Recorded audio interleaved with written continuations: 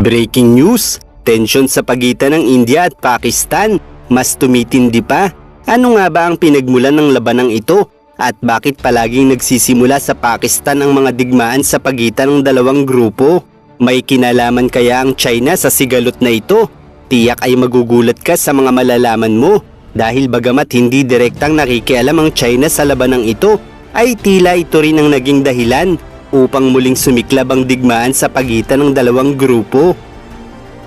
Taong 1947 ang ipagkaloob ng Britanya ang kasarinlan ng Pakistan at ng India, kung saan ang buong rehiyong ito ay dating kolonya ng imperyo ng Britanya, subalit ang ilang bahagi nito ay hindi na isinama sa paghahati ng dalawang bansa dahil ang ilang bahagi nito ay tinatawag na princely states, kung saan ang princely states ay maihahalin tulad natin sa isang hiwalay na teritoryo, subalit sumusunod pa rin ito sa imperyo ng Britanya. Kaya naman ang hatiin ng Britanya ang Pakistan at ang India ay binigyan ng kalayaan ng Britanya ang mga princely states na ito kung saan nila nais mapabilang, at dahil majority ng naninirahan dito ay mga Hindu, ay marami sa mga princely states na ito ang napabilang sa India. Samantala ang Kashmir naman ay mas pinili na lamang maging hiwalay na bansa, subalit sinalakay sila ng Pakistan upang sakupin ang kanilang teritoryo, kaya't napilitan silang humiling ng tulong mula sa India,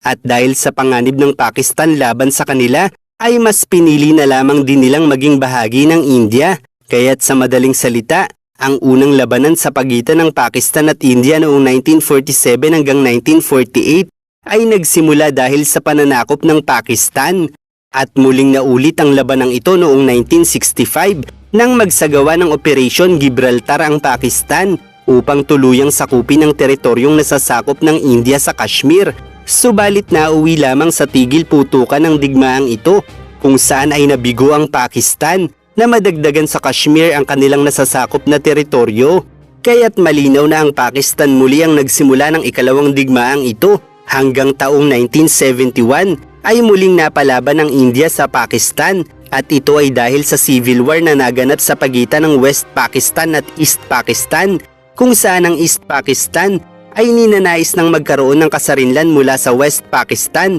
kung saan tinawag nilang Bangladesh ang kanilang nasasakupan. Nang hatiin kasi ng Britanya ang Pakistan at India, ay ibinase ng Britanya ang paghahati sa relihiyon nila, at ang Pakistan na kinabibilangan ng mga Muslim na mayorya ay nahati sa West at East Pakistan. Subalit dahil ang naging sentro ng pamahalaan nila ay ang West Pakistan, ay nagkaroon ng hindi patas na pamamalakad sa East Pakistan ng pamahalaan nila, kaya't nag-alsa ang mga ito noong 1971 na tinawag na Bangladesh Liberation War, at dahil nasa West Pakistan ang maraming sandata, ay napakaraming Bangladesh ang nasawi sa digmaang ito, na tinatansyang umabot ng 300,000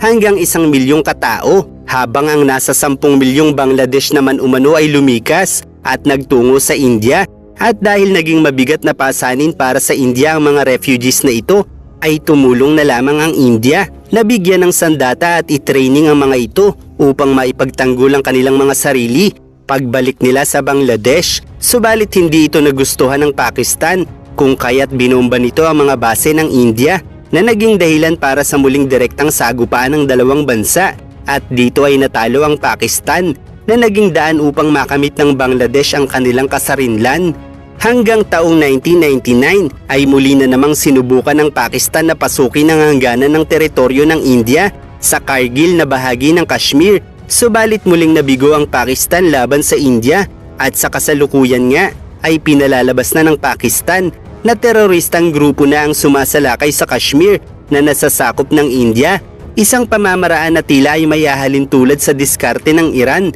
na malapit na kaalyado ngayon ng China, kung saan gaya ng Iran na sinasabing wala silang kinalaman sa mga ginagawa ng Houthi rebel at Hamas, ay malinaw na sila at ang China ang nagiging daan upang makapaghasik ng kaguluhan ng Houthis at Hamas laban sa US at Israel. Kaya't bagamat itinanggi ng Pakistan na nagbibigay ito ng suporta ng Estado para sa militanteng grupo sa Kashmir, ay madalas namang nagpapahayag ng pakikiisa sa mga Kashmiris ang Pakistani government para umano sa pagnanais ng kalayaan nito mula sa India. At bukod pa riyan, ay inamin rin ng Pakistan na nagbigay ito ng pondo at pagsasanay para sa mga militanteng grupo noong 1990s, kaya't may tuturing na ang hakbang na ito ng Jaish-e-Mohammed Kashmir Front na umako sa pagsalakay sa teritoryong nasasakop ng India sa Kashmir ay maituturing na ring may basbas ng Pakistan dahil para sa Pakistan ay ito ang may karapatan sa kabuuan ng Kashmir.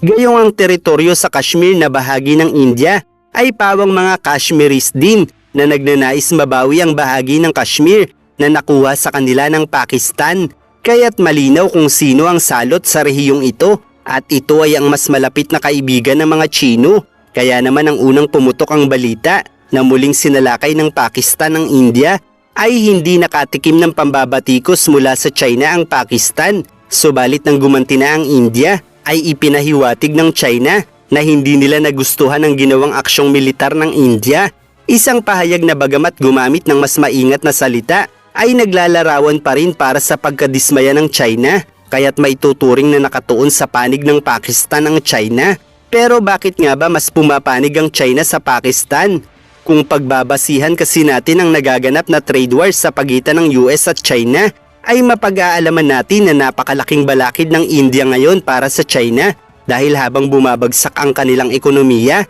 ay tila ang India naman ang sumasalo sa magandang kapalaran nila dahil mas maraming dayuhang kumpanya na ngayon ang lumilipat sa India mula sa China. Kaya't kung mapapasabak sa digmaan ng India, ay maaaring iwasan ito ng mas maraming investors mula sa China at bagamat walang direktang ebidensya na ang China ay aktibong nakikialam sa mga pag-atake ng Pakistan laban sa India, ay may mga indikasyon na ang kanilang alyansa at mga estratehikong interes ay maaaring magbigay ng hindi direktang suporta o magpalala ng tensyon sa rehiyon, gaya halimbawa ng China-Pakistan Economic Corridor o CPEC at ang issue ng Kashmir, kung saan ang CPEC ay isang malawakang proyekto na nag-uugnay sa China at Pakistan, ngunit dumadaan ito sa mga teritoryo ng Kashmir na kontrolado ng Pakistan, ngunit inaangkin ng India. Kaya't dahil dito ay itinuturing ng India ang CPEC bilang isang paglabag sa kanilang soberanya,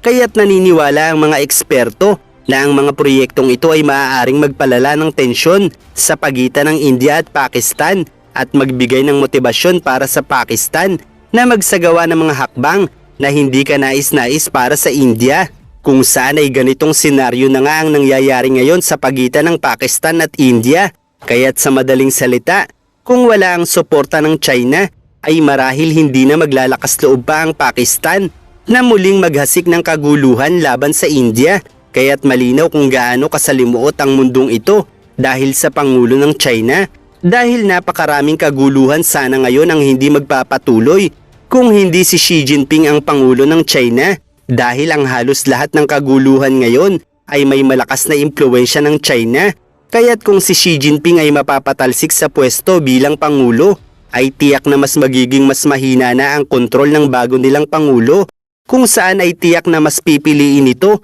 ang pakikipagkasundo sa mga Amerikano kaysa hangaring malampasan ang impluwensya nito, gaya ng ginagawa ng kasalukuyan nilang Pangulo. Sa kasalukuyan kasi ay halos si Xi Jinping lang ang nagdidikta para sa China dahil walang sino man sa mga komunista ang makakukontra sa mga salita niya dahil sa tagal niyang nanungkulan sa China at sa kanyang regular na pagpapatalsik sa mga opisyal ng pamahalaan nila, ay tiyak na matatakot ang sino man na kontrahin ang anumang desisyon niya. Hindi gaya kung bago ang magiging Pangulo nila, nakakailanganin munang pakisamahan ang lahat bago matiyak na makokontrol niya ang pinakamatataas na opisyal sa China. Kaya't habang si Xi Jinping ang Pangulo ng China, ay maaaring magkaroon pa ng mas maraming kaguluhan dahil sa pagnanais nitong ungusan ng Amerika. Subalit habang mas tumatagal ay napagtatantunan ng mga tao na si Xi Jinping na ang pinakamalaking problema ngayon sa kapayapaan ng mundo, kaya't maaaring mas marami pa ang maghangad